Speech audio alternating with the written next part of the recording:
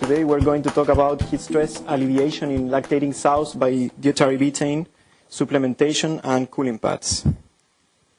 So as an introduction, I would like to tell you that sows are susceptible to high ambient temperatures and humidity, and especially when they are both together. Modern sows produce more heat due to a greater milk production and feed intake. Modern sows are producing about 70% more heat production than sows from 1980s. So we have a problem, and this problem has been documented in the literature. For example, here we have that more than 60% of randomly sampled sow farm operations in the USA have reported a decline in fertility during the hot summer month. So let's take a look to the consequences of heat stress in sows and boars. When the animal is under heat stress, the body core temperature will increase, and then the respiratory rate will also increase as a mechanism to get rid of the excess of heat. So the animal will be panting. And we need to understand that pigs don't have functional sweat glands, so the only way to get rid of the excess of heat is by panting. Also, we will have an increase in the skin blood flow to dissipate the heat, and a consequence of this will be that we will have a lower gastrointestinal blood flow and a lower ovarian blood flow. So this will have negative consequences in the absorption and the digestion of food, and negative consequences in the reproductive performance. Now, another strategy of animals to reduce heat production is to reduce the feed intake. And especially in lactating sows, this can have very negative consequences because we can have a negative energy balance. When we have this, we will have a reduction in the GnRH and LH secretion, and with that we will have a reduction in the estradiol secretion, we will have a lower estrus expression, and we will have a lower follicular growth. In boars, under heat stress, we will have a lower total sperm production and an increase in abnormal sperms. So overall, we will have a lower fertilization rate. Now, why betaine can be helpful during heat stress conditions? Betaine is a trimethylglycine, so as the name says, it's the amino acid glycine with 3 methyl groups. Here we have one, the second, and the third one. Betaine has been classified as a sweeter ion molecule, and this is because under physiological pH, the molecule of betaine will have a positive charge in the amino group and a negative charge in the carboxyl group. So this property allows betaine to hold water. And that's why it has been called as an organic osmolyte. Betaine also reduces homocysteine levels. High levels of homocysteine has been related with cardiovascular disease in humans, and also has been related with early pregnancy failures. So high levels of homocysteine are not good. It's a very powerful oxidant. So betaine helps to keep homocysteine levels in good levels. And doing such, also betaine can enhance methionine availability, and this is important because this is an essential amino acid. So let's take a look to the first experiment with the betaine. The hypothesis of this study was that supplementation of betaine during summer can alleviate heat stress and improve lactation and reproductive performance in sows. The objective was to evaluate the effects of betaine supplementation during summer on sows' lactation and reproductive performance. So regarding the materials and methods, this trial was performed in a commercial sow facility in Rancagua, Chile, from December 15 in 2014 to July 31st in 2015. This was a summer lactation. The sample size was 368 sows, and we had 2 treatments, a control treatment with 0.0% betaine HCl supplementation, and a second treatment with 0.3% betaine HCl with 70.7% betaine. We had 2 genetic lines, a Cameroon 22 and a L42, and we grouped the parities in P1, P2, P3 to 5, and P6 and plus for the statistics. And treatments were randomly allotted to concurrent farming rooms. So here you can see the environmental conditions for the control room. and here for the betaine room. So you can see that they were very similar, and this was desired in this experiment because we wanted to see only the differences because of the treatments. Regarding statistical analysis, we used the mixed procedure in SAS. Dietary treatments, genetic line, and parity were considered as fixed effects. 4 consecutive farrowing rooms were considered as a random block, and piglets allowed to nurse per sow was used a covariate for the current farrowing performance variables. Regarding the feed intake, we used the repeated measurements, and we used the chi-square test for evaluating the wean to estrus interval distribution. So regarding the body weight and wean to estrus interval, we can say that we didn't see differences in the initial sow body weight, in the weight at weaning, and also we didn't see differences for the body weight change. Also, we didn't see differences in the weight at breeding of sows, but we saw differences in the wean to estrus interval. We saw a reduction in 0.31 days with betaine supplementation. And this was a very nice result because we can make the production more efficient. So now if we look to the distribution of the wean to estrus interval, you can see that with the betaine supplementation, we had a greater percent of sows returning to estrus on day 3 and 4 in comparison with the control treatment. And also we had a lower percent of sows returning to estrus on day 5, 6, and 7 to 9. So we can say that betaine was able to shift the distribution in the wean to estrus interval. Regarding the average daily feed intake, we were able to see a significant result. With betaine supplementation, we saw an increase in 0.6 pounds in daily feed intake. And the other way to look at this is by periods. And here you can see that we had a treatment by period interaction. And this is explained because during the first period, between day 1 to 5 of lactation, we didn't see differences between the treatments. But then we saw differences in the second, the third, and the fourth periods. And in all of them, the sows in the betaine treatment ate more than in the control treatment. So as conclusions of this experiment, we can say that betaine supplemented sows had a greater daily feed intake than control sows. Wean to estrus interval was reduced by 0.31 days in betaine supplemented sows. Betaine supplementation shifted the distribution of the wean to estrus interval, and we didn't see differences for lactation performance and subsequent farrowing performance. So we were able to see that with betaine supplementation we can reduce some of the negative effects of heat stress, but if we want to go farther than that, we need to think differently. So the next part of my presentation, I will talk about the cooling pads. So before designing a cooling pad, the first thing we did was to try to know how much heat production a lactating sow is producing. And we used the NRC, and we identified all the inefficiencies in energy usage. And we were able to calculate and predict the heat production of lactating sows. And here you can see that the heat production varies between 350 watts to about 600 watts. And we can say that as the animal gets older, you can see that we have a greater heat production. And this is mainly because we have a greater maintenance requirement. And also, as the lactation progresses, the heat production goes up because the animal is eating more and is also lactating more, producing more milk. So after that, we designed the cooling pad. Our cooling pad is made with an aluminum plate here in the surface. We have a high-density polyethylene base, and then we have the copper pipes that goes under this. And this system works with running water through it. We did several trials to calculate the amount of heat removal that we can do with this device. And for that, we placed an artificial sow.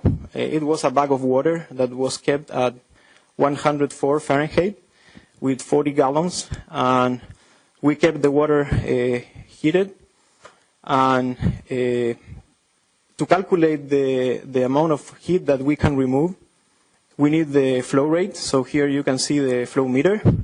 We need to know the temperature of the water that is coming into the pad and the water temperature that is coming out of the pad. So with that, we can calculate the delta temperature. So for that, you can see here the inlet thermocouple, and here you have the outlet thermocouple. So we tested the different prototypes, different designs, different materials, and we decided the aluminum because the aluminum is very efficient in heat transfer.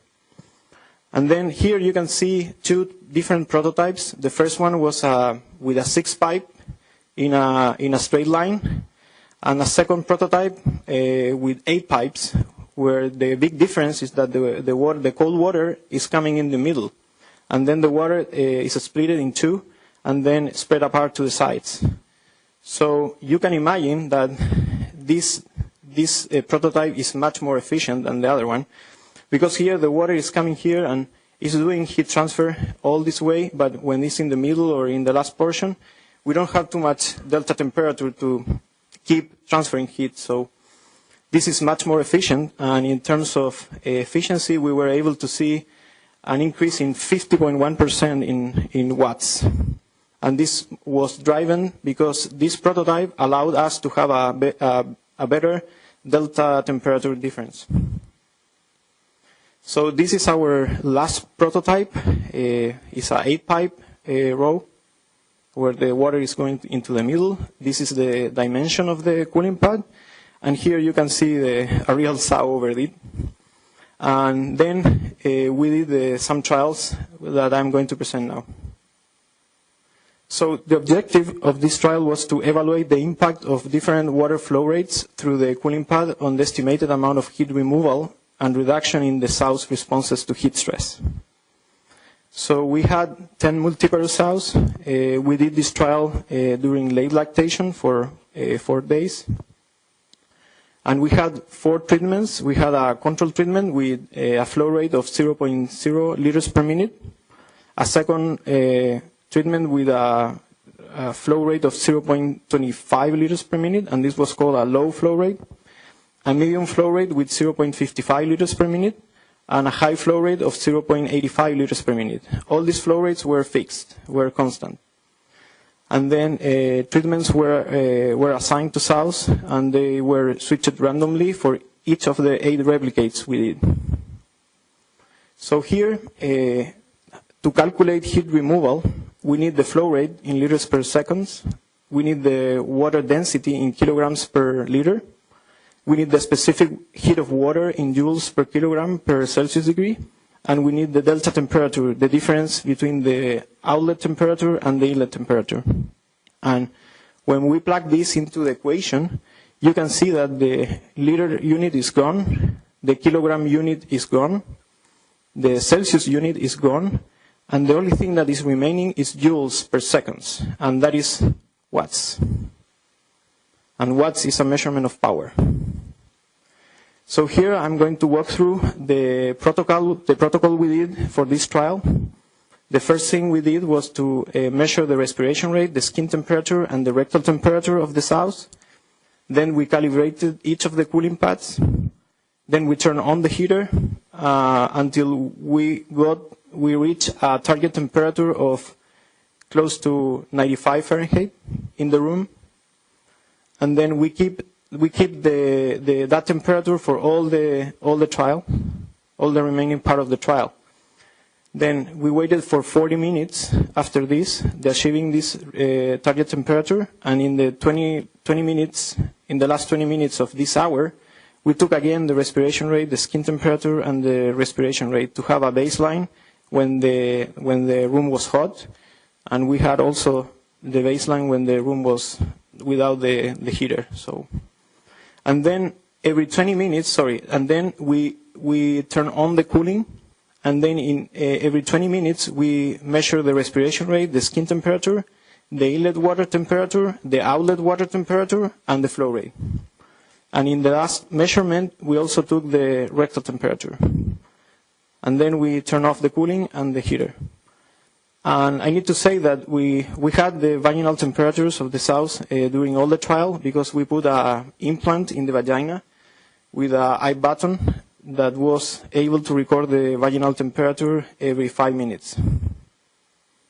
So regarding the statistical methods, we used the mixed procedure in SAS. We used repeated measurements with sow as a repeated random effect. Treatment, cooling time, and their interactions were considered as fixed effects, and repetitions were considered as a random blocks.